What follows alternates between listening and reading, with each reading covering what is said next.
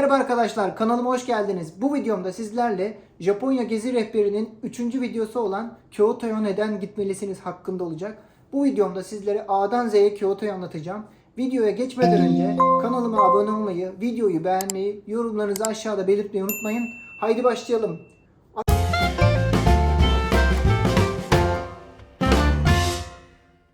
Arkadaşlar, bu videoma başlamadan önce size Kyoto hakkında kısa bilgi vermek istiyorum. Kyoto, Japonya 1000 yıl boyunca başkentlik yapmış eski kültür şehirlerinden birisi. Kansai bölgesinin de başkenti olarak bilinir. Arkadaşlar, Kyoto gerçekten işte gerçek Japonya'ya geldim dediğim yerlerden birisi. Bunu oraya gittiğiniz zaman siz de hissedeceksiniz. Kyoto'ya genelde 2 tane giriş kapısı var. Birisi havalimanı, Kansai Havalimanı'ndan, uluslararası havalimanı olduğu için rahat bir şekilde yurt dışından direkt gelebiliyorsunuz. Bir diğeri ise Tokyo tarafından geliyorsanız hızlı tren ile rahatça ulaşabiliyorsunuz. Tokyo'dan Kyoto yaklaşık 2,5 saat kadar sürüyor hızlı trenle. Geldiğiniz zaman JR Kyoto istasyonuna geliyorsunuz. Buradan çok rahat bir şekilde toplu ulaşımı kullanarak otelinize transferinizi gerçekleştirebiliyorsunuz. Kyoto'da ulaşım nasıl? Arkadaşlar, genelde Kyoto'da ulaşım otobüslerle sağlanıyor. Eğer JR Pass biletiniz varsa gene JR Pass burada kullanabiliyorsunuz. Fakat daha çok burada Kyoto'nun kendi otobüsleri var. Bunlarla yolculuk edebiliyorsunuz. Gene tren, metro ağları mevcut şehirde. İstediğiniz yere toplu ulaşımla çok rahat bir şekilde gidebiliyorsunuz. Aman dikkat! JR Pass'iniz varsa, JR otobüsüne binmek istiyorsanız otobüsün önünde JR yazdığına dikkat etmeniz gerekiyor. Aksi takdirde otobüs için ayrıca bilet almanız gerekmekte. Peki Kyoto'da nerede kalınır? Kyoto'ya geldiyseniz tavsiyem kesinlikle ryokan'da kalmanız. Ryokan'lar için de Airbnb'den araştırarak uygun fiyata ryokan'larda kalabilirsiniz. Ryokan dediğim nedir? Ryokan aslında eski Japon evleri anlamına geliyor. Bunlar da hasırdan veya bambudan oluyor içerideki mobilyalar. Eski Japon tarzı oluyor. Televizyon olmuyor. Daha çok kendi içinde küçük zen bahçeleri oluyor evin içinde. Bu tarz eski bir tatami yataklar oluyor. Normal bizim bildiğimiz yataklar değil, tatami yataklar oluyor. Yani yerde yatıyorsunuz. Bu tarz geleneksel evde kalarak o eski Japon kültürünü, tarihini hissedebilirsiniz. Peki Kyoto'ya ne zaman gidilir, ne zaman gidilmez? Arkadaşlar, ne zaman gidilmez? Öncelikle Haziran ve Temmuz aylarında Kyoto'nun en çok yağış aldığı zaman. Bu zamanlarda gitmenizi tavsiye etmem. Bir diğeri ise Aralık'la Ocak arasında ise hava çok soğuk oluyor. O yüzden soğuk havada da gezemeyeceğiniz için bu tarihlerde de gitmenizi tavsiye etmem. Tavsiye ettiğim tarihler ise genelde Mart, Nisan, Mayıs aylarında, yani Sakura zamanından başlayıp Mayıs ayına kadar hava gerçekten, ilkbahar zamanı gerçekten güzel oluyor. Bir diğeri ise Eylül, Ekim, Kasım ayları. Bu aylarda gittiğiniz zaman Kyoto'nun doğasını, tarihini iliklerinize kadar hissedeceğinizden eminim. Peki Kyoto'da kaç gün yeterli olur?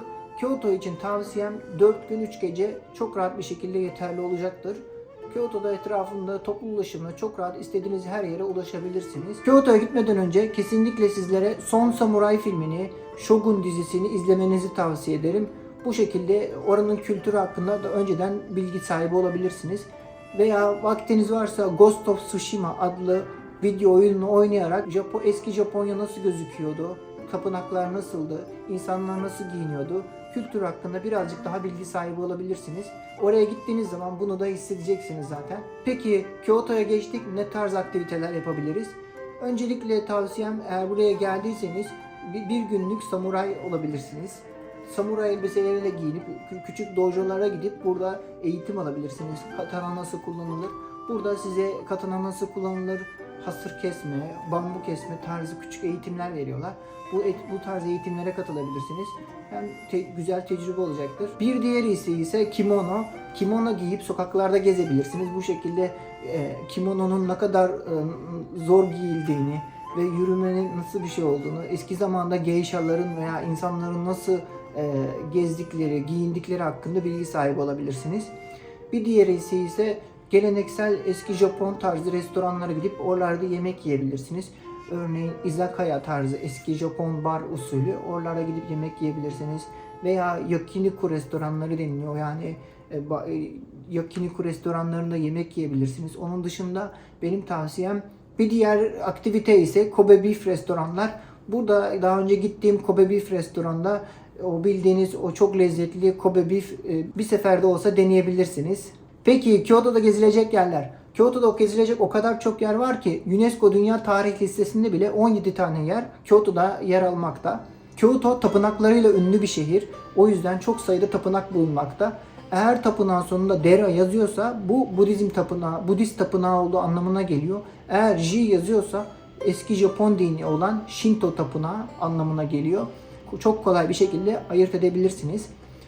Öncelikle en eski tapınaklardan birisi olan Kiyomizu-dera tapınağına uğramanızı tavsiye ederim. Kiyomizu-dera tapınağı Kyoto'da bulunan en ünlü, en eski tapınaklardan birisi.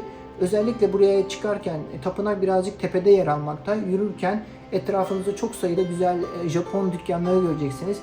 Hem küçük alışveriş yapabilirsiniz hem de tapınakta çok güzel vakit geçirebilirsiniz. Buradan manzara oldukça harika görünüyor. Bir diğer tapınak ise tavsiye ettiğim Ginkakuji yani Silver Temple, gümüş tapınak olarak da geçiyor. Buranın da Zen bahçesi harika ve tapınak gerçekten etkileyici, manzarası harika gözüküyor. Bir diğerisi ise Kinkakuji yani altın tapınak. Buraya da kesinlikle uğramanızı tavsiye ederim. Geçelim bir sonraki Nijoji Kalesi. Tokugawa Ieyasu yani ünlü Shogun Tokugawa Ieyasu'nun Kyoto'da yaptırmış olduğu kalelerden birisi. Buraya da kesinlikle uğramanızı tavsiye ederim. Eski zamanda Shogunlar nasıl yerde ve insanlar nasıl kalede yaşıyorlarmış bunun hakkında bilgi sahibi olabilirsiniz. Kyoto'ya geldiyseniz gitmeniz gereken yerlerin başında gelen diğer bir yer ise Arashiyama. Arkadaşlar Arashiyama Bamboo Garden olarak da geçiyor. Burası çok ünlü, çok büyük bir bölge. Kyoto'nun batısında yer alıyor. Otobüsle çok rahat bir şekilde ulaşabiliyorsunuz. Kesinlikle uğramanızı tavsiye ederim. Buraya giderken yol üstünde ünlü Tenryuji Tapınağı var. Buraya da uğrayabilirsiniz. Aynı zamanda Sansoen Garden. Buraya da uğrayabilirsiniz. Burada gittiğim zaman ben insanlar bota binip yine nehirde botla ufak gezinti yapabiliyordu. Bunda da vaktiniz varsa bunu da botla da gezebilirsiniz etrafına nehirde. Ayrıca Monkey Park var yine Arashiyama'da bulunan. Vaktiniz varsa buraya da uğrayabilirsiniz. Fushimi Inari Kyoto'da bulunan en ünlü Shinto tapınaklarından birisidir. Tarım, pirinç hasadı, ticaret ve refah tanrısı olarak bilinen Inari'ye adanmıştır. 8. yüzyılda inşa edilen bu tapınak özellikle kırmızı ve tori kapılarıyla ünlü. Bu kapılar tapınağın hemen arkasında bulunan Inari Dağı'na uzanan patikalarla çevrili ve gelenlere büyüleyici bir manzara sunuyor. Tori kapıları bağışçılar tarafından sunulur ve her kapıda bağış yapan kişi veya kurumun ismi yazılır. Fushimi Inari Japonya'daki Inari tapınaklarında merkezi olarak yer alıyor. Ticarette başarı için, iyi hasat için dua etmek isteyen kişiler bu tapınağa gelirlermiş. O yüzden bu tapınak eski zamandan beri en ünlü tapınaklardan birisi. Geldiğiniz zaman burada harika fotoğraflar çekinebilirsiniz. Gerçekten dünyada eşi benzeri olmayan noktalardan birisi. Kesinlikle uğramanızı tavsiye ederim. Geçelim bir sonraki yer Ryoenji Tapınağı. Ryoenji Tapınağı ise yine Shinto tapınaklarından birisi. Buranın da ünlü bahçesi, güzel tapınağı, pagodasıyla ünlü bir tapınak. Buraya da kesinlikle uğramanızı tavsiye ederim. Geçelim bir sonraki yer Gion bölgesi. Gion bölgesi de gene Kyoto'nun merkezinde bulunan aslında bir bölgenin ismi.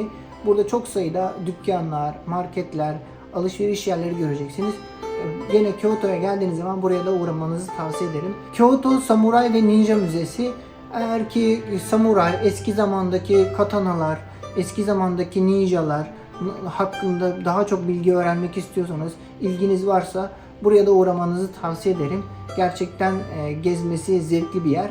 Uğramanızı tavsiye ederim. Peki Kyoto yakınında gezilecek yerler var mıdır? Evet arkadaşlar. Eğer vaktiniz varsa hemen Kyoto'nun yakınında bulunan Kurama-dera tapınağına da uğramanızı tavsiye ederim. Şahsen ben gittim. Çok hoşuma gitti. Hem yürüyüş yaptım bol bol. Orada ünlü Tengu tanrısı var. Yine Japonya'nın uzun burunlu.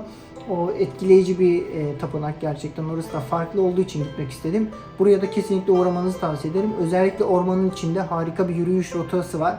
Vaktiniz varsa Kurama-dera tapınağına uğramanızı tavsiye ederim.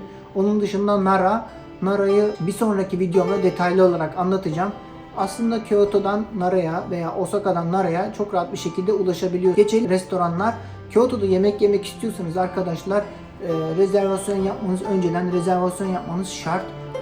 gittiğiniz zaman muhtemelen akşam 7-8'de herhangi bir restoranda giriş yapamayabilirsiniz. O yüzden yemek yemek istediğiniz restoranlar için bir gün önceden veya o günün öncesinde rezervasyon yapmanız sizin faydanız olacaktır. Aksi takdirde bazen yüksek sezonda yer bulmak bazen zor olabiliyor. Çok sayıda restoranlar var. Benim tavsiyem yakiniku tarzı restoranlara gidebilirsiniz. Izakaya tarzı restoranlara gidebilirsiniz. Geleneksel Japon restoranları var. Sushi restoranları.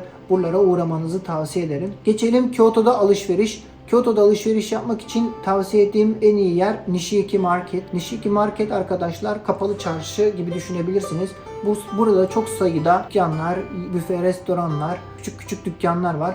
Buralara gidip dolaşabilirsiniz. Harika bir yer. Eminim hava eğer yağışlı veya çok sıcaksa burada çok daha vakit geçireceksiniz. Bir diğer nokta ise Shiodori Caddesi. Shiodori Caddesi de yine çok sayıda dükkanın, mağazanın yer aldığı bir cadde. Burada da alışveriş yapmak için çok güzel yerler var.